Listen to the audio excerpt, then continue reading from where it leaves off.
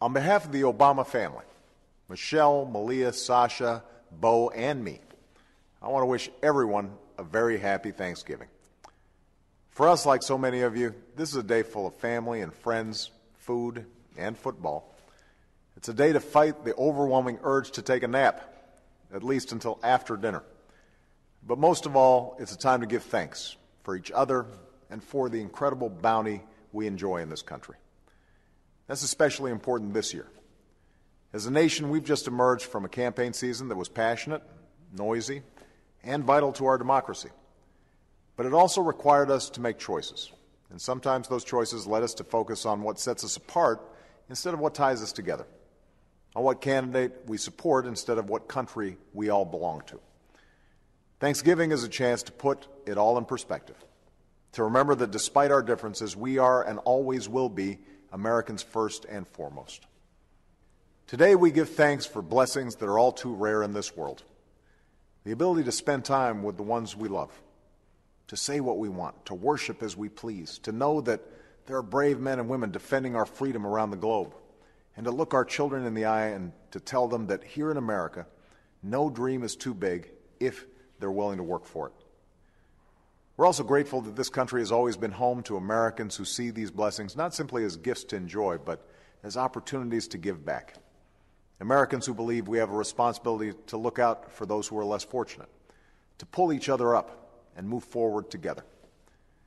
Right now, as we prepare to gather around our dinner tables, there are families in the Northeast who don't have that luxury.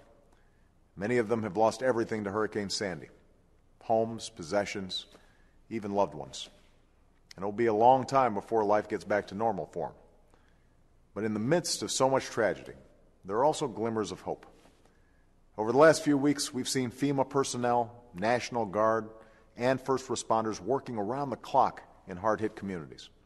We've seen hospital workers using their lunch breaks to distribute supplies, families offering up extra bedrooms, the fire department advertising free hot showers, buses full of volunteers coming from hundreds of miles away, neighbors sharing whatever they have, food, water, electricity, and saying again and again how lucky they are to have a roof over their heads.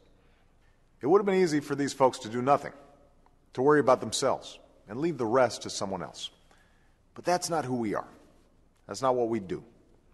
As Americans, we are bold, generous, big-hearted people.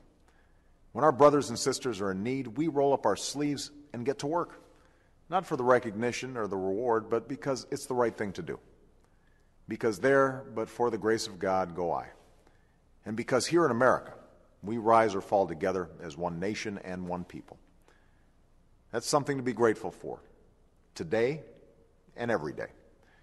So to all the Americans doing your part to make our world a better place, it is my great privilege to serve as your president. To all our service members, it is my honor to be your commander-in-chief. And from our family to yours, happy Thanksgiving, everybody.